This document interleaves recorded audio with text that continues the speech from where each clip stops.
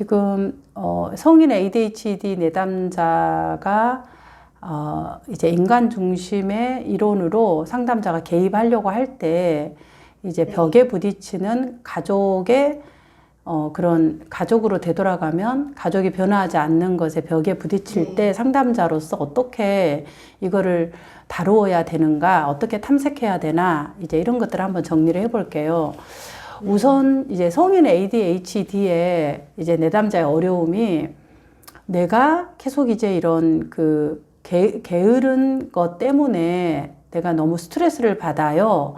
이렇게 얘기를 했는데 그 스트레스를 받는 걸 보니까 원인이 뭐냐? 이게 스트레스에 대한 현재 기저선을 설정해 보니까 내담자가 뭐 신체화도 있고 또 뭐 나는 안 되는 사람이다 하고 자기 스스로에 대한 자존감도 떨어져 있어서 자꾸 뭔가를 시도하는 것들이 이렇게 자신감 없는 모습으로 잘 안 하려고 한다, 포기하려고 한다, 이런 것들이 이제 문제로 되어졌다면 상담자가 원인을 뭘로 봤냐 할 때 인간 중심에서는 뭔가 이제 나에게 이런 너는 이렇게 해야 된다라는 기대, 그림을 그려준 나에 대한 것이 있어요. 그게 뭐냐면 대부분 부모죠. 부모들이 뭐라고 하냐, 그러면 너는 이 정도는 해야 돼. 너 자꾸 잊어버리네. 너 이래갖고 제대로 한 것이 있냐. 그렇게 해서 늘 이제 뭐 하려 하냐면 어떤 기대치에 대한 그 선을 주는 거예요. 그러니까 스스로 자기 개념에 이 셀프 이스터미를 어떻게 생각하냐면 부모가 제시해준 그 기대치가 나야. 그 기대치가 뭐냐면, 너가 이 정도는 해야 되어서 사회에 적응하는 거고 직장을 얻고 결혼을 하는 거지. 이렇게 이제 뭐 얘기를 할 때 그 되어지는 나가 사실은, 되어져야 되는 자기 개념이에요. 그럼 나는 스스로 지금 현재 내가 경험하는 거 내담자가 왜 나는 계속 이렇게 뭐 말하면 잊어버리고 끝까지 마침표가 안 되고 계속 이렇게 늦어지고 미루어서 결국 안 되는 걸까? 나는 이게 안 되는 사람이구나. 자기 스스로에 대한, 이런 이렇게 자책을 하게 되면서 그러다 보니까 우울하고 무기력해지는 모습까지, 나오고 때로는 뭐 신체화, 불면 이런 것까지 나오는 거죠. 이게 내담자 현재 경험하는 나야. 그럼 이 두 개의 갭이 굉장히 크기 때문에 이 갭 때문에 결국은 뭐냐? 그러면 잠깐만요. 내담자가 지금 이 빨간 게 현재 상담실에 오는 지점이에요.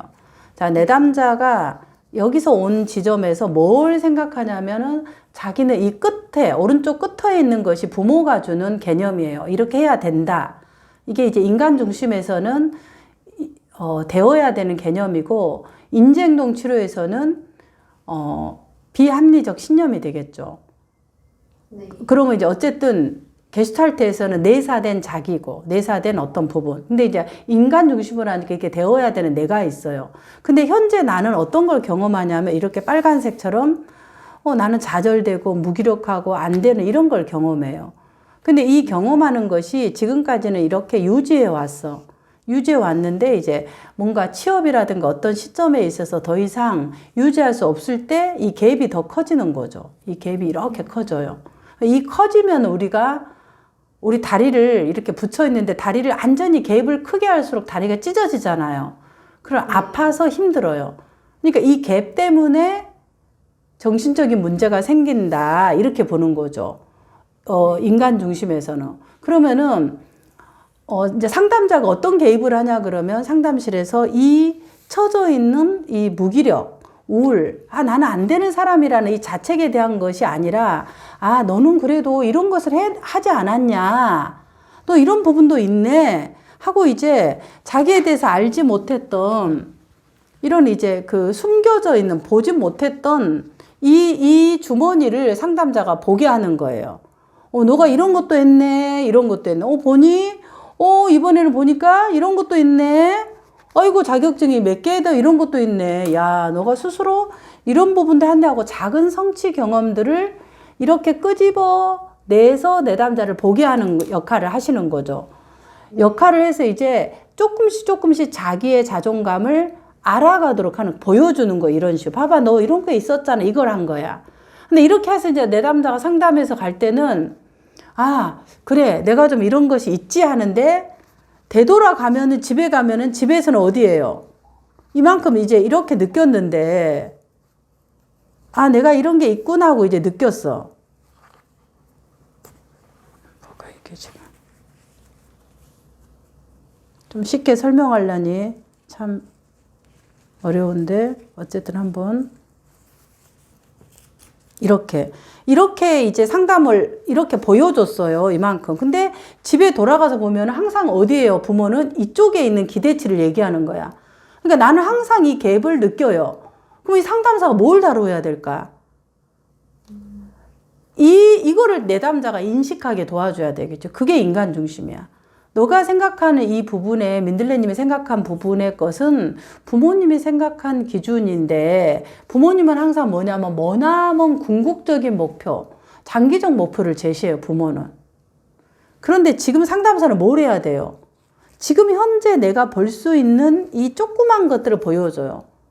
그러니까 이 갭이 차이가 날 수밖에 없어요. 그러면 상담자가 뭐 해야 되냐면, 너가 이렇게 느끼는 이것은 사실은 부모가 준 이 큰 부분과 너가 생각하기에 있는 이 부분의 갭이라는 거네. 이걸 인식하게 도와주는 거예요, 상담에서는. 그러면 내담자가 인식을 도와주면 무슨 일이 일어나냐면, 아, 내가 그렇게 뭐 못하는 사람은 아니라 부모가 기준이 높으니까 그럴 수밖에 없었네. 그런 나를 이해하게 되는 거죠. 그래서 TCI에서 보면 이 내담자가 자극추구, 이어메피 다 높은 거잖아요. ADHD적인 성향이 있으니까, 자극추구가 있으니까 힘들어요. 충동성도 있고, 부분에 대해서. 그래서 그런 나를 더더욱 이해를 하는 거죠. 그 다음에 나의 이런 부분들이 나의 의지적인 부분하고 상관없이 신경 발달이니까, 이게 쉽게 말하면 불이, 어떻게 하냐면은, 비유를 다리가 아픈 사람, 다리가 뭐라 그러더라? 의족인 사람이 뭐 몇 미터를 걸어 다녀라고 하는 것이 가능할까? 이런 비유를 한 것보다 오히려 ADHD한테는 우리는 지금 불을 몇 분 동안 보냐면 2시간 반 동안 계속 집중력 유지를 한 상태로 집중을 하고 있는 거예요. 안 하더라도 어때요? 보통 50분은 하는 거야. 힘든 사람은 왔다 갔다 하지 마. 그러니까 이 정도의 집중력을 유지하는 거예요. 특히나 밤 시간에. 그런데 이 ADHD가 있다고 한다 그러면 이 불이 10분, 15분 왔다가 불이 꺼져 버려요. 지금 제가 이렇게 불을 켰는데 이렇게 불이 화나다가 이렇게 불이 꺼져 버린다는 거죠. 이건 불이 완전히 안 꺼졌네. 저쪽은 제가 끌 수가 없어서 지금 이거 하나만 껐어요. 그러면 약간 좀 어둡죠. 근데 이 ADHD는 약간 꺼진 상태로 불이 캄캄해져요. 이 상태니까 잘 집중이 어려워요. 근데 이 상담자가 뭐 하냐면은 부모나 상담사가, 특히 부모는 이 불을 켜주는 사람이에요. 불이 켜주냐면 뭐냐면, 너가 이러네. 집중을 그 당시 유지하게끔 도와주고, 약이 이 불을 켜주는 역할을 조금 더 도와주는 역할을 하는 거예요. 그러면 상담사가 해야 되는 부분이 뭘 해야 될까요?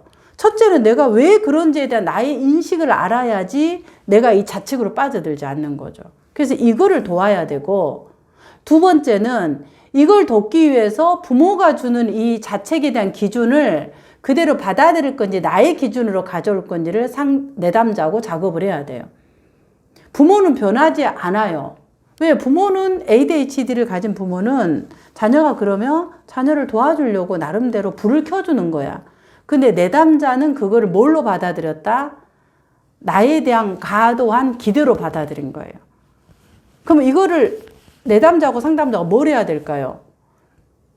기대를 나를 위한 스위치를 켜는 작업으로 부모의 의도를 내담자가 인식하도록 상담에서 다루는 것과, 내담자가 이거를 계속 가져갈 건지, 이걸 내려놓고 자기 걸로 가져갈 건지를 작업을 해야 되는 거예요. 이 작은 성취 경험을 하는 것과 동시에 이 작업을 해야 되는 거죠.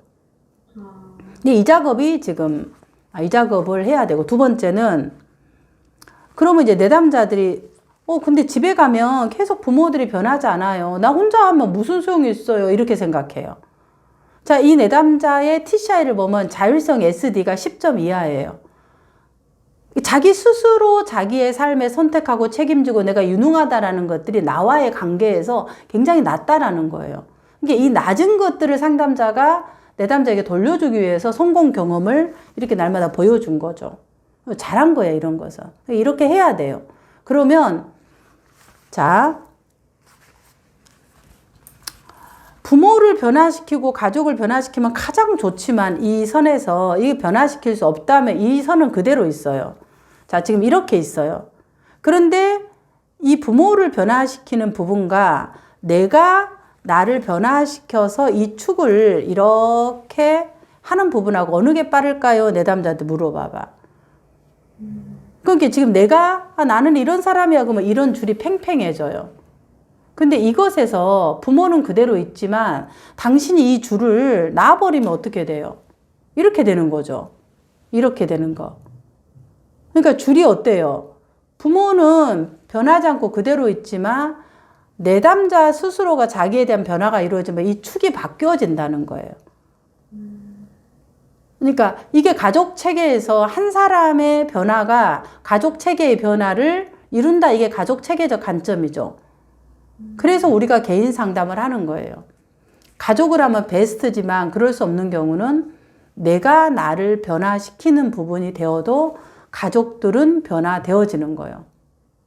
첫째, 내가 나에 대한 부분을 가족들이 얘기할 때 나는 이번에 이렇게 할래. 그 대신에 내가 도움이 필요하면 엄마한테 부탁할게. 그때 도와줘. 이렇게 이제 내 의견을 내는 거예요. 그게 이제 이 달라지는 모습의 부분이라고 볼 수 있겠죠. 그래서 이런 방식으로 전체적으로 상담을 진행하는 것이 성인 ADHD의 인간중심 이론에서 개입할 수 있는 그런 부분이라고 볼 수 있겠습니다. 네네, 감사합니다.